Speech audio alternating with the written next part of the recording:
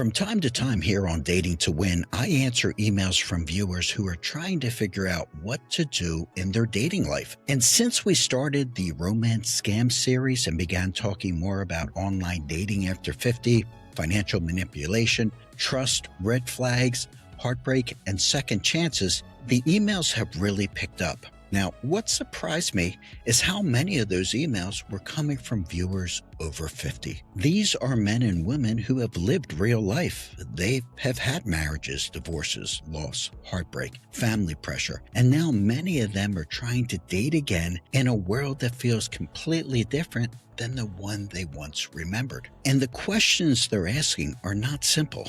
They're not just asking, where do I meet someone? They're asking things like, can I trust this person? Are my children right to be worried? Am I being too cautious or not cautious enough? Is this really love or am I being used? And those are the kind of questions we're going to talk about today. But today I'm doing something different. Today I'm not going to give the advice. You are. The viewers. I'm going to read a few email questions that came into Dating to Win from viewers who are over 50 who are dealing with real dating issues later in life.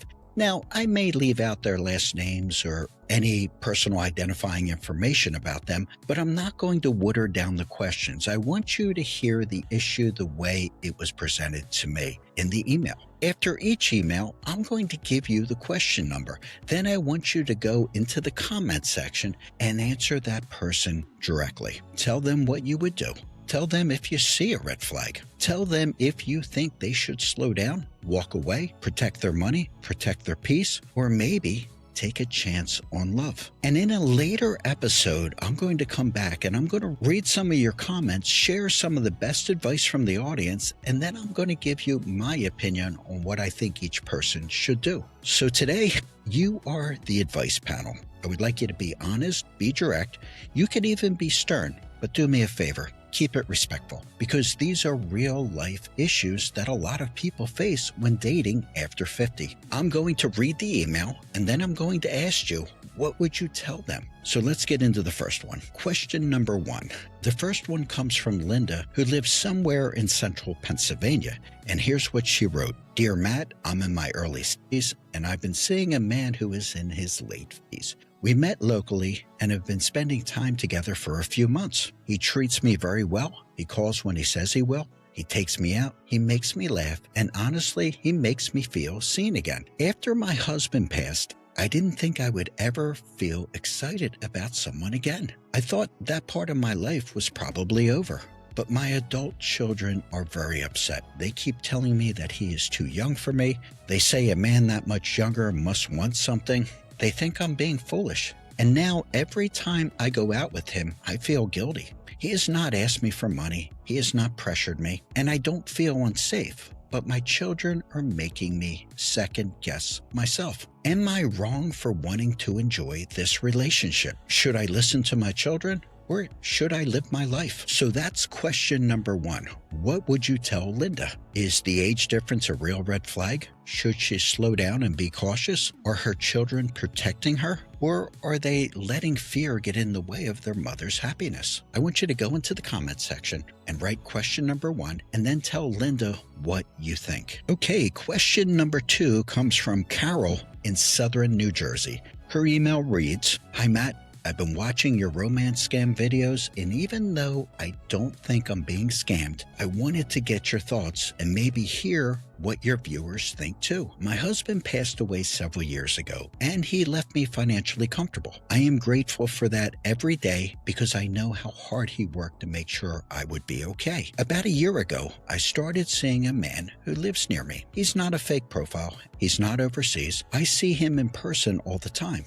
We go to dinner, we spend time together, and he is very kind to me, but he always seems to be struggling financially. One month it's his car, another month it's rent, then it's a medical bill, then something else comes up. I've helped him a few times because I care about him, and honestly, I can afford it, but my children are very upset. They say their father did not work his whole life, so another man could benefit from what he left me, and that hurts me, but maybe they have a point. I don't feel like this man is a romance scammer, but I also don't want to be foolish. Where is the line between helping someone you care about and being taken advantage of? Okay, viewers, that's question number 2. What would you tell Carol? Is she simply being generous to someone she cares about? Should she set very clear limits? Should she stop helping him financially altogether? Or should her children stay out of it if she's happy and she can afford it? So comment below question number 2 and give Carol your advice. Okay, our next question comes from Diane down in Tampa, Florida.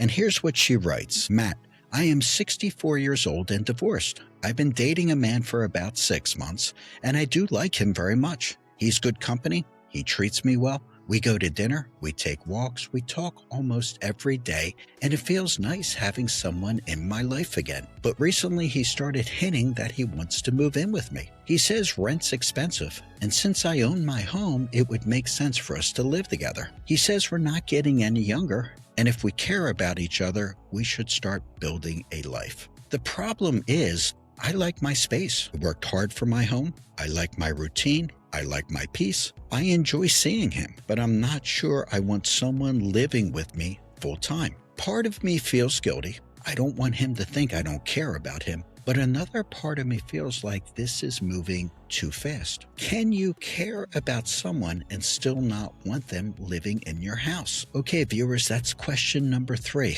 What would you tell Diane? Should she let him move in? Should she tell him she cares about him but needs more time? Should she protect her home, her peace, and her independence? Or is the fact that he keeps bringing up rent already something she should pay close attention to? So comment below question number 3 and tell Diane what you really think. This next email comes from Barbara in the Cleveland area. Here's her question. Hi, Matt. I lost my husband after many years of marriage. I loved him deeply and I still miss him every day. But I also feel lonely. I recently started seeing someone. I'm not trying to replace my husband. No one could ever replace him. But I miss having someone to talk to. I miss having dinner with someone. I miss getting a phone call from someone who asked me how my day was. My adult children say they want me to be happy, but they don't act like it. Every time I mention the man I'm seeing, they get quiet and suspicious. They ask where I met him, what he wants, how often he calls, and whether I'm moving too fast. I understand they love their father, and I understand this may be hard for them, but sometimes it feels like they want me to stay frozen in grief because it's easier for them. I don't want to hurt my children, but I also don't want to spend the rest of my life alone. How much say should adult children have in a parent's dating life? Okay, viewers, that's question number 4. What would you tell Barbara? Should she be patient with her children? Should she tell them she understands their concerns, but this is still her life? And should adult children have a voice, but not a vote? Or do you think her children may be seeing something she needs to pay attention to? So again, comment below question number 4 and tell Barbara what you think. Okay, and the last question comes from Robert in North Carolina. So now we're hearing from the male side too. And here's what Robert wrote. I enjoy her company. We laugh together. We go out to dinner. We take little day trips, and I do care about her. I was raised to be a gentleman. I open doors. I pay for dinner. I don't mind treating a woman well. That's how I was brought up. But lately, I feel like everything is falling on me financially. Every dinner, every outing, every small trip, every little extra. She rarely offers to pay. She rarely says, let me get this one. And even though I can afford it, I'm starting to feel more expected than appreciated. I don't want to be cheap, and I don't want to stop being generous, but I also don't want to feel like I'm being used. I'm financially stable, but I'm not looking to be someone's retirement plan. How do I know if a woman truly cares about me or if she mainly likes the comfort I provide? Okay, viewers, that's question 5.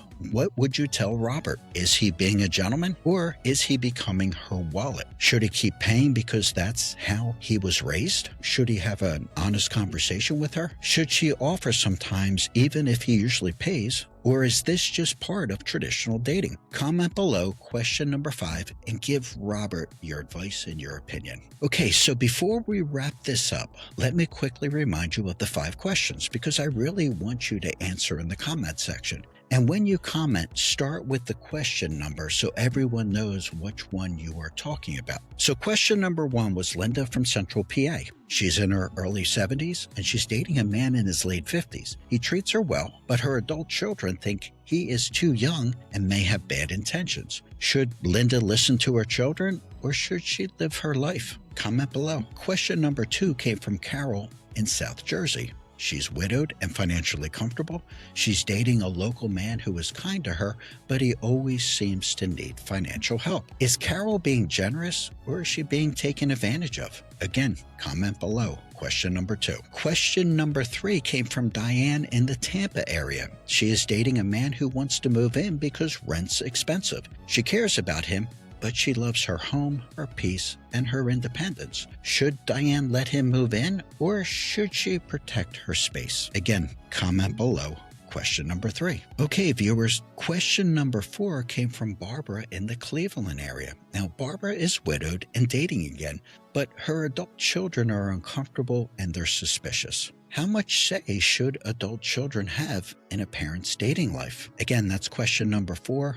Barbara, comment below. And our last question, question number 5, was from Robert in North Carolina. Now, Robert feels like every dinner, every outing, every trip, and every extra expense is falling on him. He wants to be a gentleman, but he does not want to feel like a wallet. Is Robert being generous or is he being used? Again, that's question number 5. Robert, comment below. So pick one question or answer all 5, but when you comment, start with the question number. Again, question number 1 was Linda. Question number 2 was Carol. Question number 3 was Diane. Question number 4 was Barbara. And our last question, number 5, was Robert. And please keep the comments respectful. Be honest, be direct, you can even be stern. But remember, these are real life situations that a lot of people face when dating later in life. Now, in an upcoming episode, I'll come back, I'm going to read some of your responses, share some of the best advice from the audience, and then I'm going to give you my own thoughts on what I think each person should do. For today, I want to hear from you. What would you tell them? Because dating after 50 can be beautiful, but it can also get complicated fast. So thank you for listening on the podcast. Thank you for tuning in on the YouTube channel, and I will see you on the next episode. Thanks for listening to Dating to Win. If you're serious about improving your dating game, don't miss an episode. Hit the subscribe button or go to youtube.com/datingtowin25. Good luck out there. And we'll see you on the next episode of Dating to Win.